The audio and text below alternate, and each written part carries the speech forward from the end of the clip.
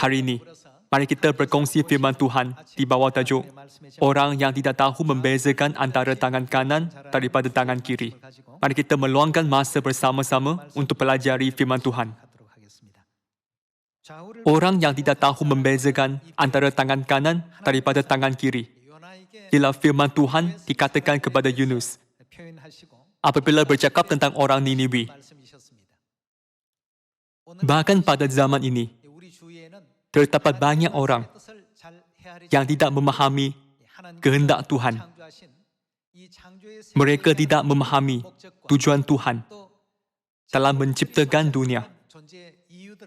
Mahupun mereka mengetahui sebab mengapa segala-galanya wujud. Mereka tidak sedar akan semua perkara ini. Oleh itu, kita tidak harus membiarkan orang yang tidak tahu membezakan antara tangan kanan daripada tangan kiri seorang sahaja, tetapi membimbing mereka supaya dapat membezakan antara kedua-duanya. Apabila Tuhan memberitahu Yunus untuk memberitakan Injil bahkan kepada orang yang tidak tahu membezakan antara tangan kanan daripada tangan kiri, dan Yunus melakukannya seperti yang diberitahu kepadanya, mereka yang tidak dapat mengerti berubah fikiran mereka dan dapat mengerti. Di mana-mana sahaja firman Tuhan diberitakan, orang akan menerima kuasa untuk mengerti. Kita mesti percaya ini dan meneruskan kerja penginjilan. Marilah melihat buku Yunus bab 1 ayat 1. Datanglah firman Tuhan kepada Yunus bin Amittai, demikian. Bangunlah, pergilah ke Niniwi, kota yang besar itu. Berserulah terhadap mereka, karena kejahatannya telah sampai kepadaku. Apabila Tuhan mengatakan firman ini kepada Yunus, dia tidak pergi ke Niniwi untuk memberitakan firman Tuhan, kerana dia takut disebabkan banyak alasan. Walau bagaimanapun, selepas sungguh bertaubat di dalam perut ikan, akhirnya dia pergi ke Niniwi untuk memberitakan firman Tuhan di sana. Marilah melihat bab 3 ayat 1. Datanglah firman Tuhan kepada Yunus untuk kedua kalinya. Demikian, bangunlah, pergilah ke Niniwi, kota yang besar itu, dan sampaikanlah kepadanya seruan yang kufirmankan kepadamu. Bersiaplah Yunus, lalu pergi ke Niniwi. Sesuai dengan apa? Sesuai dengan firman Tuhan. Di dalam bab 1 ada tertulis, Yunus melarikan diri daripada Tuhan. Walau bagaimanapun, dia diberitahu buat kali keduanya. Sampaikanlah kepadanya seruan yang kufirmankan kepadamu. Apa yang dilakukan oleh Yunus? Bersiaplah Yunus, lalu pergi ke Niniwi, sesuai dengan firman Tuhan. Niniwi adalah sebuah kota yang mengagumkan besarnya, 3 hari perjalanan luasnya. Mulailah Yunus masuk ke dalam kota itu, sehari perjalanan jauhnya, lalu berseru, 40 hari lagi, maka Niniwi akan ditunggang balikkan. Orang Niniwi percaya kepada Tuhan, lalu mereka mengumumkan puasa dan mereka, baik orang dewasa maupun anak-anak, mengenakan kain gabung. Di dalam bab 1, Yunus takut untuk memberitakan firman Tuhan. Tetapi di dalam bab 3, terdapat babak bahawa dia bertaubat dan melakukan seperti Tuhan perintahkan dia. Apa yang terjadi apabila dia melakukannya? Marilah melihat Yunus bab 4 ayat 9. Tetapi berfirmanlah Tuhan kepada Yunus, layakkah engkau marah kerana pohon jarak itu? Jawabnya, selayaknya lah aku marah sampai mati. Lalu Tuhan berfirman, engkau sayang kepada pohon jarak itu, yang untungnya sedikit pun engkau tidak berjerih payah dan yang tidak engkau tumbuhkan, yang tumbuh dalam 1 malam dan binasa dalam 1 malam pula. Bagaimana tidak aku akan sayang kepada Niniwi, kota yang besar itu, yang berpenduduk lebih dari 120,000 orang, yang semuanya tak tahu membedakan tangan kanan dari tangan kiri, dengan ternaknya yang banyak. Dengan itu, 120,000 orang telah bertaubat di hadapan Tuhan. Dan Tuhan menyesal kerana malapetaka yang telah dirancangkannya terhadap mereka. Apabila firman Tuhan telah diberitakan dan diketahui, 120,000 orang yang tidak tahu membezakan antara tangan kanan daripada tangan kiri, semuanya berubah. Kadang-kala kita berfikir, sekiranya aku membuktikan tentang sahabat, adakah mereka akan mengerti? Dapatkah mereka memahami jika aku memberitakan tentang Ibu Syurgawi? Ini sesuatu yang tidak perlu kita fikirkan. Alkitab berkata, Tuhan memberitahukan akhir sesuatu sejak awalnya dan hal-hal yang belum terjadi sejak zaman dahulu. Kalian semua, kita tidak harus membuat keputusan atau kesimpulan terlalu awal. Mahu pun berfikir, adakah ini mungkin atau tidak? Tuhan berkata, beritakan firman kehidupan kepada semua bangsa, baptislah mereka dalam nama Bapa, Anak dan Roh Kudus, serta mengajar mereka untuk mematuhi segala-galanya yang kuperintahkanmu. Memandangkan mereka tidak tahu membezakan antara tangan kanan daripada tangan kiri. Bukankah kita harus mengajar mereka? Bukan hanya mengajar mereka, tetapi juga membimbing mereka untuk mematuhi semua perintah Tuhan. Kalian semua, kita harus menjadi orang yang mematuhi Tuhan, yang berkata, pergilah dan menginjil. Dengan menginjil kepada banyak orang yang hidup di dunia ini, tanpa mengetahui Paskah dan perintah Tuhan. Mengenai Paskah, kita perlu membiarkan orang tahu bahawa kita merayakannya menurut peraturan Tuhan. Mari kita memberitakan mesej ini kepada orang di Samaria dan sampai ke hujung bumi. Marilah melihat buku Daniel bab 9 ayat 3. Lalu aku mengarahkan mukaku kepada Tuhan untuk berdoa dan bermohon, sambil berpuasa dan mengenakan kain gabung serta abu. Maka aku memohon kepada Tuhan, Tuhanku, dan mengaku dosaku. Demikian, Tuhan, Tuhan yang maha besar dan dahsyat, yang memegang perjanjian dan kasih setia terhadap mereka yang mengasihi Engkau, serta berpegang pada perintah-Mu. Kami telah berbuat dosa dan salah. Kami telah berlaku fasik dan telah melakukan apa? Telah memberontak. Apa itu pemberontakan? Kami telah menyimpang dari perintah dan peraturan-Mu. Melalui firman hari ini, kita dapat memahami mengapa Tuhan berkata, pergilah daripadaku, hai kamu sekalian pembuat pelanggaran hukum. Marilah menyambung dengan ayat 6. Dan kami tidak taat kepada hamba-hamba-Mu, para nabi, yang telah berbicara atas nama-Mu, kepada raja-raja kami, kepada pemimpin-pemimpin kami, kepada bapa-bapa kami, dan kepada segenap rakyat negeri. Ya Tuhan, Engkaulah yang benar, tetapi patutlah kami malu seperti pada hari ini. Kami orang-orang Yehuda, penduduk kota Yerusalem dan segenap orang Israel, mereka yang dekat dan mereka yang jauh, di segala negeri ke mana Engkau telah membuang mereka, oleh kerana mereka berlaku murtad terhadap Engkau. Ya Tuhan, kami, raja-raja kami, pemimpin-pemimpin kami, dan bapa-bapa kami, patutlah malu, sebab kami telah berbuat dosa terhadap Engkau.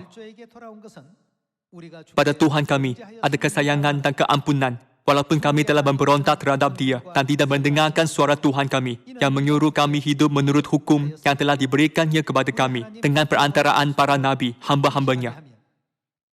Segenap orang Israel telah melanggar hukum-Mu dan menyimpang, karena tidak mendengarkan suara-Mu. Sebab itu, telah dicurahkan ke atas kami kutuk dan sumpah yang tertulis dalam kitab Taurat Musa, hamba Tuhan itu, sebab kami telah berbuat dosa terhadap Dia. Dengan meringkaskan semua kandungan di dalam buku Daniel bab 9, kita dapat melihat Tuhan berulang kali memberitahu umat-Nya segala hukum, peraturan dan ketetapannya melalui nabi-nabi. Meskipun begitu, apa yang telah mereka lakukan? Mereka berpaling daripada hukum, peraturan dan ketetapan Tuhan. Alkitab mengajar kita bahawa ini pemberontakan rohani. Oleh itu, untuk menyelamatkan manusia dan mengampunkan dosa kita, serta membimbing kita kembali ke kerajaan syurga yang abadi, Tuhan telah mendirikan kebenaran hebat, Paskah, di bumi ini. Ini perjanjian baru yang tidak akan hilang. Tuhan memberi kita perayaan Paskah yang suci ini sebagai tanda perjanjian antara Tuhan dengan kita. Tuhan mendirikan Paskah sebagai peraturan, ketetapan dan hukum yang tidak harus hilang dari zaman Keluaran hingga waktu sekarang. Dan sehingga kita memasuki syurga. Walau bagaimanapun, hari ini, peraturan, ketetapan dan hukum ini telah hilang tanpa dapat dikesan. Walaupun terdapat banyak gereja, mereka tidak memelihara perintah Tuhan ini. Apabila kita melihat sejarah orang Niniwi, mereka pernah menjalani cara hidup yang berbeza sama sekali daripada cara hidup orang Israel. Niniwi ialah ibu kota Asyur. Mereka percaya kepada tuhan-tuhan pagan dan tidak mengenal Tuhan yang benar. Mereka selalu menganiaya dan menindas orang Israel. Orang Niniwi, iaitu orang Asyur, selalu melakukan perkara sebegitu. Bukankah oleh sebab akhirnya Yunus menyampaikan firman Tuhan? Jadi setiap orang, dari raja hingga 120,000 orang, dapat bertaubat serta-merta? Ya, semua ini terjadi kerana dia menginjil. Ia bukan kefasihan Yunus yang menjadikan raja dan rakyat bertaubat. Yunus cuma menyampaikan kehendak Tuhan. Tuhan akan melakukan ini dan itu. Walau bagaimanapun, cukup mengejutkan. Semua orang yang tidak mengenal Tuhan Yehova, mahupun percaya kepada Dia, bertaubat selepas mendengarnya. Ini firman Tuhan Yehova. Pada zaman ini, apabila kita melihat sekitar kita hari ini, kita selalu berfikir secara negatif. Adakah orang ini mencari Tuhan? Adakah mereka akan sedar? Dapatkah mereka percaya? Walau bagaimanapun, bertentangan dengan fikiran Yunus dan bertentangan dengan fikiran kita. Perkara yang mengejutkan terjadi. Semua orang Niniwi bertaubat. Hari ini, terdapat begitu banyak roh malang di sekitar kita yang mendakwa bahawa mereka melayani Tuhan tanpa mengetahui hukum Tuhan pun. Sebelum ini kita berfikir, aku tertanya-tanya, sama ada mereka akan memahami? Mari kita memberitakan firman Tuhan kepada mereka dengan sepenuh hati dan minda kita. Memandangkan Tuhan memberitahu kita untuk menyampaikan firman-Nya. Melalui buku Keluaran bab 12, mari kita pelajari tentang Paskah yang Tuhan beritahukan kepada kita untuk memberitakan. Buku Keluaran bab 12 ayat 11 berkata, "Dan beginilah kamu memakannya. Pinggangmu berikat, kasut pada kakimu, dan tongkat di tanganmu. Buru-burulah kamu memakannya. Itulah Paskah bagi Tuhan. Sebab pada malam ini, aku akan menjalani tanah Mesir dan semua anak sulung, dari anak manusia sampai anak binatang, akan ku bunuh, dan kepada semua Tuhan di Mesir akan ku jatuhkan hukuman. Akulah Tuhan. Dan darah itu menjadi tanda bagimu pada rumah-rumah di mana kamu tinggal. Apabila aku melihat darah itu, maka aku akan lewat daripada kamu. Jadi tidak akan ada tular kemusnahan di tengah-tengah kamu. Apabila aku menghukum tanah Mesir. Hari ini akan menjadi hari peringatan bagimu. Kamu harus merayakannya sebagai hari raya bagi Tuhan turun-temurun. Kamu harus merayakannya sebagai ketetapan untuk selamanya." Kira-kira 3,500 tahun yang lalu, orang Israel merayakan Paskah di tanah Mesir. Tuhan memberitahu mereka untuk menyembelih domba dan meletakkannya pada kedua-dua tiang pintu serta pada ampang pintu rumah mereka. Itu adalah tanda untuk membezakan rumah yang umat Tuhan diami. Malapetaka tidak menimpa rumah yang mempunyai tanda itu, tetapi melewati mereka. Itulah mengapa Tuhan memanggil hari ini sebagai Paskah. Maksudnya, malapetaka melewati dan Tuhan menetapkannya sebagai perayaan Tuhan. Di dalam buku Yehezkiel bab 9, kita dapat melihat babak Tuhan menghalang malapetaka daripada menimpa umat yang mempunyai tanda pada hari ketika Tuhan membawa penghakiman terakhir. Marilah melihat bab 9 ayat 3. Pada saat itu, kemuliaan Tuhan Israel sudah terangkat dari atas kerub, tempatnya semula, ke atas ambang pintu bait suci. Dan dia memanggil orang yang berpakaian lenan dan yang mempunyai alat penulis di sisinya. Firman Tuhan kepadanya, "Berjalanlah dari tengah-tengah kota, iaitu Yerusalem, dan buat apa? Tulislah huruf T pada dahi orang-orang yang berkeluh kesah kerana segala perbuatan-perbuatan keji yang dilakukan di sana. Dan kepada yang lain-lain aku mendengar dia berfirman, ikutilah dia dari belakang melalui kota itu dan pukullah sampai mati. Janganlah berasa sayang dan jangan kenal belas kasihan. Orang-orang tua, teruna-teruna dan dara-dara, anak-anak kecil dan perempuan-perempuan. Bunuh dan musnahkan. Tetapi semua orang yang ditandai dengan huruf T itu, jangan singgung. Dan mulailah dari tempat kudusku. Lalu mereka mulai dengan tua-tua yang berada di hadapan bait suci. Di sini, Tuhan berkata, tulislah tanda. Di dalam buku Keluaran bab 12, bab Paskah, Tuhan juga berkata, buatlah tanda. Seterusnya, mari kita lihat buku Wahyu bab 7. Buku Wahyu bab 7 ayat 1. Kemudian daripada itu, aku melihat 4 malaikat berdiri pada keempat penjuru bumi dan mereka menahan keempat angin bumi supaya jangan ada angin bertiup di darat atau di laut atau di pohon-pohon. Dan aku melihat seorang malaikat lain muncul dari tempat matahari terbit. Ia membawa meterai Tuhan yang hidup dan ia berseru dengan suara nyaring kepada keempat malaikat yang ditugaskan untuk merusakkan bumi dan laut. Katanya, janganlah merusakkan bumi atau laut atau pohon-pohon sebelum kami memeteraikan hamba-hamba Tuhan kami pada dahi mereka. Apakah tujuan pemeteraian? Apa yang Tuhan perintahkan untuk meletakkan pada dahi hamba-hamba Tuhan untuk membiarkan mereka melarikan diri daripada malapetaka yang merosakkan bumi, laut atau pokok-pokok? Tuhan berkata, letakkanlah meterai pada mereka. Di dalam buku Yehezkiel bab 9, Tuhan berkata, letakkanlah tanda pada dahi mereka. Di dalam buku Wahyu bab 7, Tuhan berkata, letakkanlah meterai pada dahi mereka. Di dalam buku Keluaran bab 12, Tuhan berkata, ambillah sedikit darah domba Paskah dan letakkannya pada kedua-dua tiang pintu serta pada ambang pintu rumah umatku agar darah itu menjadi tanda di rumah-rumah umatku. Kalau begitu, darah domba Paskah melambangkan darah siapa? Marilah melihat buku 1 Korintus bab 5. Bab 5 ayat 7. Buanglah ragi yang lama itu, supaya kamu menjadi adunan yang baru. Sebab kamu memang tidak beragi. Sebab siapa? Sebab anak domba Paskah kita juga telah disembelih, yaitu Kristus. Kerana itu, marilah kita melakukan apa? Marilah kita berpesta. Di sini, perayaan merujuk kepada Paskah yang mesti kita rayakan.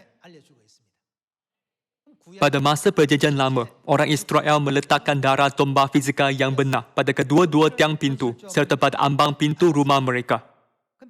Namun, pada masa Perjanjian Baru, domba Paskah melambangkan Kristus. Jadi kita perlu periksa apa yang harus kita lakukan untuk mengambil bahagian dalam darah pengorbanan Kristus. Orang yang tidak memiliki darah yang berharga ini di dalam mereka tidak dapat diselamatkan daripada malapetaka yang terakhir. Betul? Marilah melihat buku 1 Korintus bab 10 ayat 16. Bukankah cawan pengucapan syukur yang atasnya kita ucapkan syukur adalah persekutuan dengan darah Kristus? Bukankah roti yang kita pecah-pecahkan adalah persekutuan dengan tubuh Kristus? Di sini, perkataan bukankah tidak digunakan untuk menyangka sesuatu, tetapi sebagai penegasan. Maksudnya, ia adalah untuk mengambil bahagian dalam darah Kristus. Betul? Ayat 17. Alkitab mengajar, kerana roti adalah satu, maka kita sekalipun banyak adalah satu tubuh. Kerana kita semua mendapat bahagian dalam roti yang satu itu. Orang yang mengambil bahagian dalam darah Kristus yang berharga, sepastinya mengambil bahagian dalam roti dan air anggur Paskah. Betul? Apa yang mesti mereka lakukan dengan Paskah? Mereka mesti merayakannya. Seperti orang Israel meletakkan darah domba Paskah fizikal yang benar pada kedua-dua tiang pintu serta pada ambang pintu rumah mereka pada masa Perjanjian Lama. Kita mesti meletakkan darah Kristus yang berharga dalam kita. Tuhan mendirikan kebenaran Perjanjian Baru di bumi ini agar kita boleh mengambil bahagian dalam darahnya yang berharga. Marilah melihat buku Matius bab 26 ayat 17. Bab 26 ayat 17. Pada hari pertama dari hari raya roti tidak beragi, datanglah murid-murid Yesus kepadanya dan berkata, "Di mana engkau kehendaki kami mempersiapkan perjamuan Paskah bagimu?" Jawab Yesus, Pergilah ke kota kepada si Anu dan katakan kepadanya, pesan guru, waktuku hampir tiba. Di dalam rumahmu lah aku mau merayakan Paskah bersama-sama dengan murid-muridku. Yesus berkata bahawa dia akan merayakan Paskah. Jadi, jelas bahawa kita mesti merayakan Paskah juga. Tuhan datang ke bumi ini dalam badan untuk menyelamatkan manusia dan berkata bahawa dia akan merayakan Paskah. Mengenai apa yang dilakukan Tuhan, siapa yang berani berkata, ajaran ini adalah salah dan sesat. Kalian semua, ini jalan untuk keselamatan. Ini kebenaran yang diajarkan Tuhan. Di dalam rumahmu lah, aku mau merayakan Paskah bersama-sama dengan murid-muridku. Ayat 19. Lalu murid-muridnya melakukan seperti yang ditugaskan Yesus kepada mereka. Dan mereka melakukan apa? Mereka mempersiapkan Paskah. Mari kita lihat cara mereka mengambil bahagian dalam roti dan air anggur Paskah. Ayat 26. Dan ketika mereka sedang makan, Yesus mengambil roti, mengucap berkat, memecah-mecahkannya, lalu memberikannya kepada murid-muridnya dan berkata, ambillah, makanlah, inilah tubuhku. Tuhan membiarkan daging kudus dan darah berharga Kristus dalam kita. Dengan melakukannya, dia menjanjikan kita bahawa dia akan meluluskan kita sebagai orang yang menerima meterai Tuhan. Betul? Marilah melihat ayat 27. Sesudah itu, ia mengambil cawan. Di dalam cawan ada air anggur Paskah. Sesudah itu, ia mengambil cawan, mengucap syukur, lalu memberikannya kepada mereka dan berkata, apa yang Yesus beritahukan mereka untuk melakukan? Minumlah kamu semua dari cawan ini, sebab inilah darahku, darah perjanjian, yang ditumpahkan bagi banyak orang untuk pengampunan dosa. Yesus dilambangkan sebagai domba Paskah. Kalau begitu, darahku merujuk kepada darah siapa? Ia merujuk kepada darah domba Paskah. Di dalam pukul 1 Korintus bab 5 ayat 7, Yesus dirujuk sebagai apa? Alkitab berkata, anak domba Paskah kita, yaitu Kristus. Dalam erti kata lain, darah perjanjianku. Di sini bermaksud darah domba Paskah. Kebenaran apa yang Tuhan dirikan bagi kita untuk mengambil bahagian dalam realiti domba Paskah? Daging dan darah Kristus. Kebenaran Paskah, perjanjian baru. Memandangkan Yesus perlu menderita dan mati di atas salib pada hari berikutnya, Yesus berkata di dalam ayat 29, akan tetapi aku berkata kepadamu, mulai dari sekarang, aku tidak akan minum lagi hasil pokok anggur ini sampai pada hari aku meminumnya, yaitu yang baru, bersama-sama dengan kamu dalam kerajaan Bapa-Ku. Memandangkan dia mengatakan, ia hasil pokok anggur, air anggur, telah digunakan pada hari Paskah. Seperti pada masa perjanjian lama, ketika Tuhan memberikan Paskah sebagai tanda untuk menjadikan semua malapetaka melewati, Tuhan memberikan kebenaran yang hebat ini, yaitu Paskah, kepada anak-anaknya, agar mereka dapat melarikan diri daripada malapetaka pada hari terakhir. Marilah melihat ayat yang lain tentang Paskah. Buku Lukas bab 22. Bab 22 ayat 7. Maka tibalah hari raya roti tidak beragi, iaitu hari di mana orang harus menyembelih domba Paskah. Lalu Yesus menyuruh Petrus dan Yohanes, katanya, pergilah, persiapkanlah perjamuan Paskah bagi kita, supaya kita makan. Kata mereka kepadanya, di manakah engkau kehendaki kami mempersiapkannya? Jawabnya, apabila kamu masuk ke dalam kota, kamu akan bertemu dengan seorang yang membawa kendi berisi air. Ikutilah dia ke dalam rumah yang dimasukinya dan katakanlah kepada tuan rumah itu, Guru bertanya kepadamu, di manakah ruangan tempat aku bersama-sama dengan murid-muridku akan makan Paskah? Lalu orang itu akan menunjukkan kepadamu sebuah ruangan atas yang besar, yang sudah lengkap. Di situlah kamu harus mempersiapkannya. Maka berangkatlah mereka dan mereka mendapati semua seperti yang dikatakan Yesus kepada mereka. Lalu mereka mempersiapkan Paskah. Ayat 14 berkata, ketika tiba saatnya, saat untuk apa telah tiba? Ketika tiba saatnya untuk Paskah. Yesus duduk makan bersama-sama dengan rasul-rasulnya. Katanya kepada mereka, aku sangat apa? Sangat rindu makan Paskah ini bersama-sama dengan kamu sebelum aku menderita. Yesus berkata bahawa dia sangat ingin merayakan Paskah. Mari kita menyambung dengan ayat 19.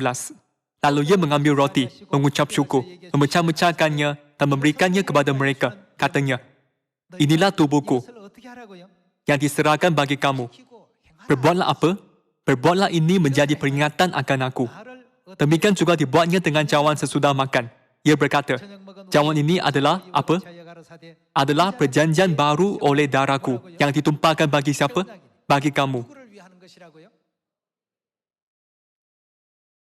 Yesus berkata bahawa dia mendirikan perjanjian baru bagi semua umatnya, termasuk rasul-rasul, yang akan diselamatkan dengan menerima kebenaran perjanjian baru. Dia berkata, cawan ini adalah perjanjian baru oleh darahku yang ditumpahkan bagi kamu. Kira-kira 700 tahun sebelum perjanjian baru didirikan, Tuhan sudah meramalkannya melalui Nabi Yeremia. Sesungguhnya akan datang waktunya, aku akan mengadakan perjanjian baru dengan kaum Israel dan kaum Yehuda. Banyak Nabi membuktikan bahawa Tuhan sendiri akan datang dan mendirikan kebenaran Paskah.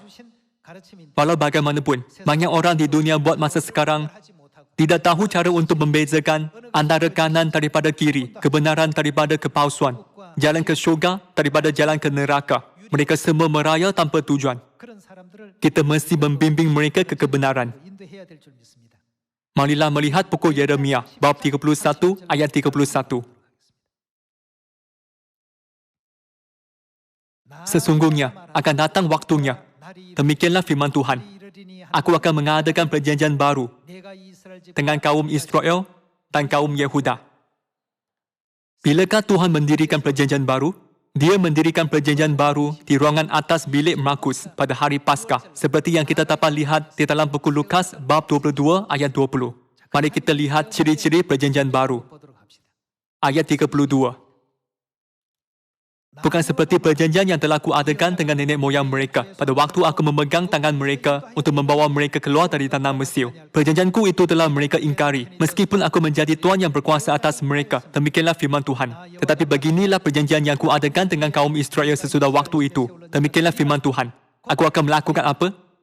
Menaruh Tauratku dalam batin mereka dan menuliskannya dalam hati mereka. Maka aku akan menjadi siapa? Tuhan mereka, dan mereka akan menjadi umatku. Dan tidak usah lagi orang mengajar sesamanya atau mengajar saudaranya dengan mengatakan, kenallah Tuhan, sebab mereka semua, besar kecil, akan mengenal aku. Demikianlah firman Tuhan. Sebab aku akan mengampuni kesalahan mereka dan tidak lagi mengingat dosa mereka. Apakah jenis orang yang akan menerima rahmat pengampunan dosa? Mereka orang yang memelihara Paskah perjanjian baru. Aku akan menjadi Tuhan mereka, dan mereka akan menjadi siapa? Mereka akan menjadi umatku. Walau bagaimanapun, orang yang tidak memelihara kebenaran perjanjian baru memberontak terhadap Tuhan dan berpaling daripada perintah dan hukum Tuhan, seperti yang dapat kita lihat di dalam buku Daniel bab 9 ayat 5. Bagaimana pula orang hari ini? Mereka tidak membezakan antara kanan daripada kiri. Mereka tidak tahu dari mana roh mereka datang, mahupun ke mana mereka pergi selepas mati.